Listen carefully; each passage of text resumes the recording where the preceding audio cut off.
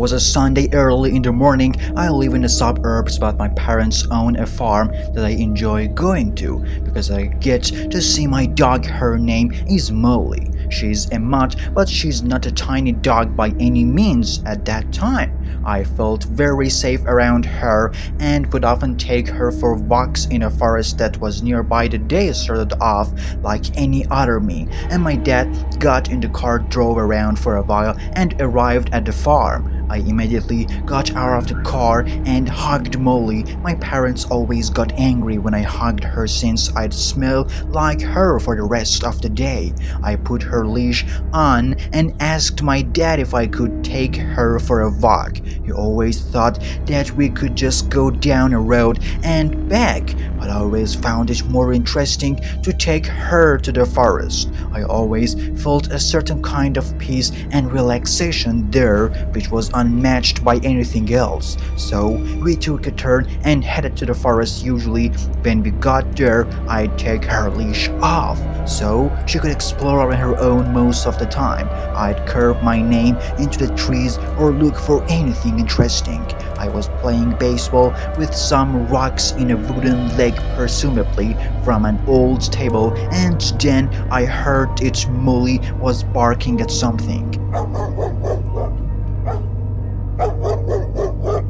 This wasn't usual when we were in the forest. I thought it was a fox or some other animal. So I quickly grabbed the wooden leg like a weapon. I knew that if it was a fox, I wouldn't attack it. But I had a scene of security while I was holding it, called out to Molly.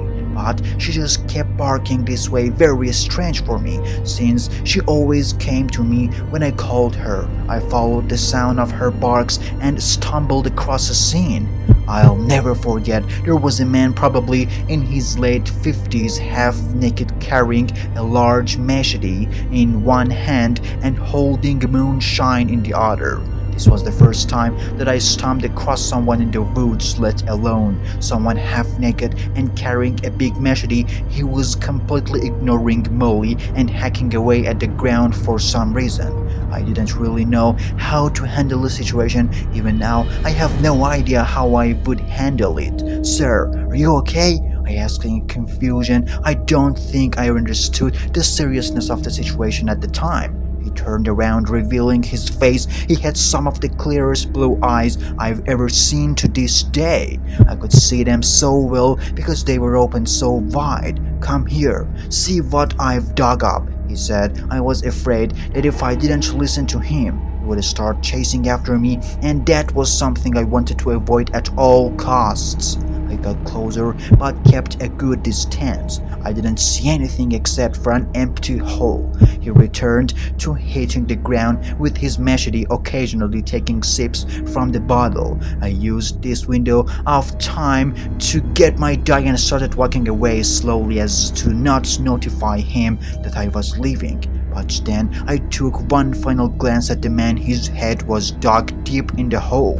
I was intrigued, so I kept looking. He finally got up from the ground. I was shocked when I saw him carrying a bone in his mouth. I have no idea what animal it belonged to. If it even did belong to an animal, I had seen enough and started sprinting with my dog. As we ran, I heard him laughing.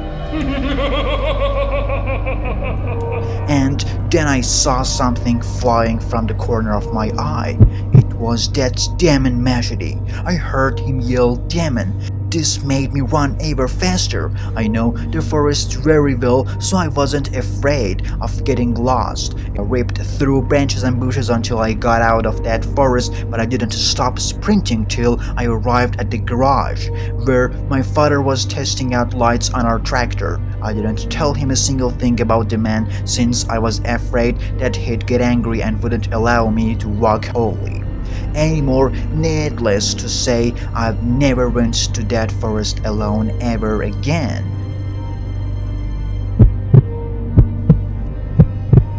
A received a text from my boss one morning and said I didn't have to work that day. I was really happy because that man could do whatever I wanted. The kids were at school and my wife was at work, so I had the whole entire day to myself. I also get paid salary, so I wasn't necessarily losing out on any money either. It was page time off, let me just put it that way. I woke up and I did my usual routine, which was shower and eat breakfast. I took my time and went about everything a bit slower than usual because usually in the morning I'm always in a rush. So it was really nice to catch a break for once. I sat down and turned the TV on with a smile on my face, just trying to figure out how I wanted to spend my day. Don't get me wrong, I love sitting at home just as much as the next guy, but I also like to get out. I get bored pretty easily and I can only watch so much TV. I decided I was going to go to hiding at a nearby trailing that I had discovered from a quick search on Google. I thought about taking Charlie, my dog, with me, but I decided against it because from the books of it was a pretty long and pretty hard hike, and I was relatively new to hiking. So that's why I chose to go by myself. I didn't want to tire Charlie out. It was about a half an hour of drive on my way. There I texted my wife to let her know that I was doing.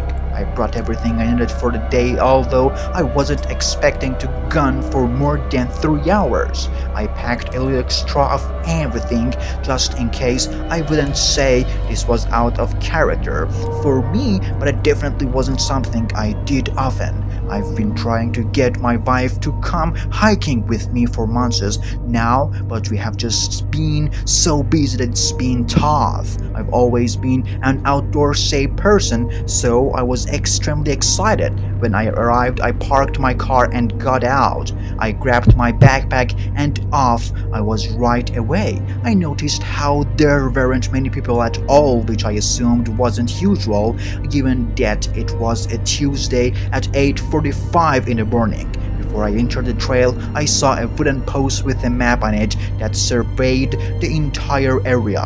I wasn't exactly sure how long this hike was going to take me, but I had a pretty good idea for believing. It was a decently large trail in size. The way that I looked was a 4.5 mile long hike.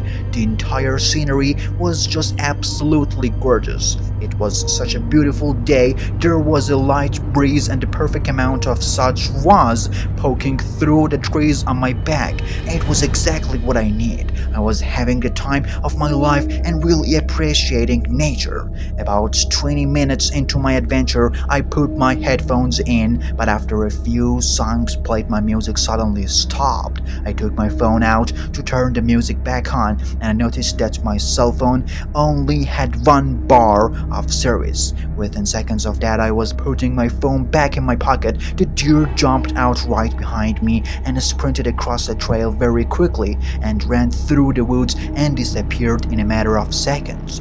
It spooked me so much that I literally jumped and my heart started racing. I let out a quick chuckle when I realized it was only a deer, and I sighed in relief. But then I looked to the right of me that when I saw someone sitting on the ground with her legs crossed staring right at me.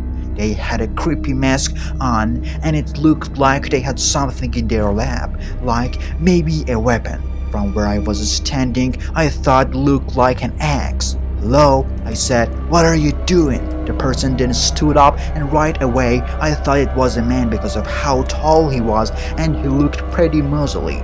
He started walking towards me while patting his hand with the axe. He didn't say a word. I started walking the way I came from and I even left my backpack on the ground.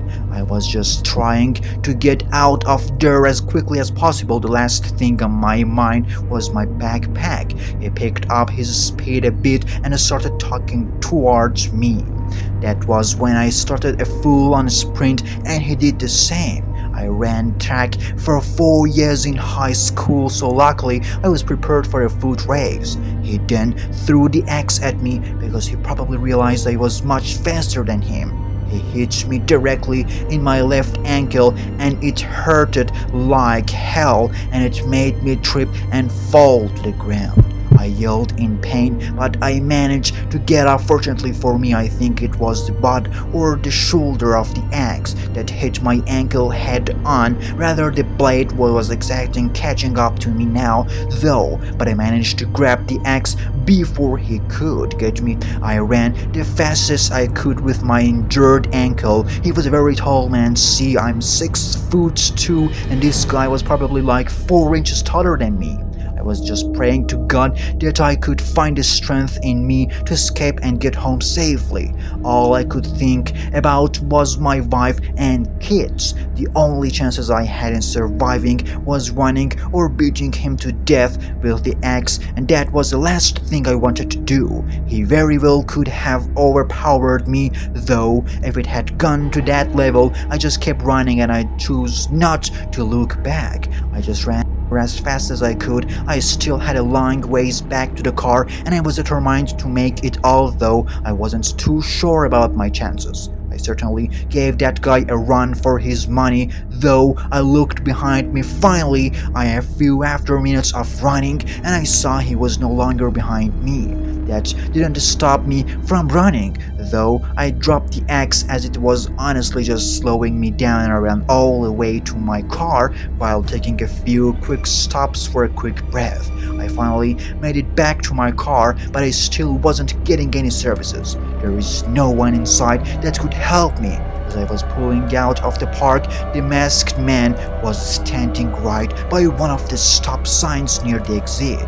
He stood there and stared at me. I felt his eyes piercing through me even though I tried to pay no mind to him. I called the police and made a report, but that guy is out there somewhere, still lurking in the shadows looking for his next victim. Because they were near the maggots to find him, I haven't been out hiking ever since.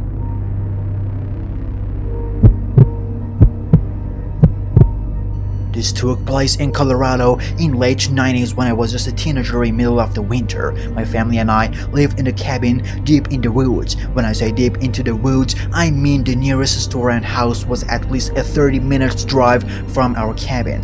It was probably around 10:30 at night and my father works night shift, so it was just my mother and it was just a usual night until things started to go horribly wrong. We are finishing up with dinner and my mom was cleaning off the table and she asked me to do the dishes, so of course I did. I was waiting for the cold water to get warm. That was when I noticed the outside light turned off. My reflection in the window, along with the light being turned off, it made incredibly hard to see. But I could see something that looked like a face and whoever or whatever it was staring right at me. I was absolutely stunned, but I cleaned the fog off the window with the rag to try and take a better look. By the time I moved the rag away from the window, there was an extremely bright light shining directly at me. I squinted my eyes and I looked away for a second because it can't half hurt my eyes. Then all of a sudden light turned off, but I could see whoever it was in the distance looking at me still. Then my mom put the rest of the dishes in the sink and I snapped out of it. I stepped away from the window and my mom asked me what was wrong, told her what just happened there. There was somebody out there who was staring at me. And that they shined a flashlight in our window. She didn't seem to believe me at first, but I reassured her that I was being serious and how I was confused, how she didn't notice the flashlight when whoever it was shined at me. She must have had her back turned or something. My mom literally thought I was joking. So she didn't even care to look. When I felt safe enough to do so, I walked back up to the window and looked outside. There was nothing there. They were gone. That made me feel slightly relieved. But then, all of a sudden, the doorknob started making this rattling sound as somebody was trying to the doorknob to open it. My mom screamed and we both grabbed a small kitchen knife. Then they started pulling on the door even harder as well as kitchen the door. And it was apparent that they were clearly trying to break break in, but we couldn't have been luckier because my dad showed up in the nick of time. Apparently, my dad's boss let him off work early that night, and if I weren't for that, I think my mom and I would be dead. I'll tell you why here in a second. As soon as my dad pulled into the driveway, the man took off my father showed no mercy.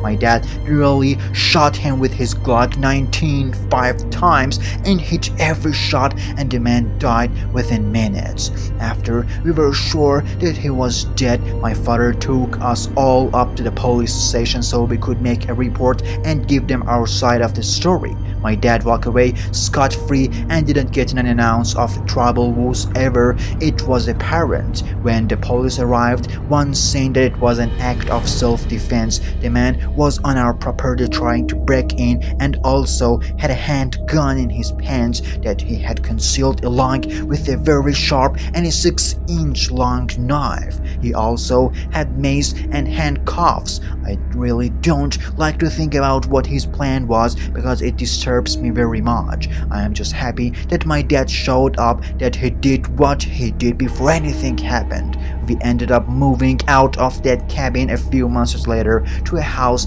that my dad and a few of his friends' buddies helped build for us. I lived there for about 6 years with them until I got my own place with my girlfriend out of town. We have our own apartment and everything has been going okay since, but this is just a story that I always find myself telling from time to time.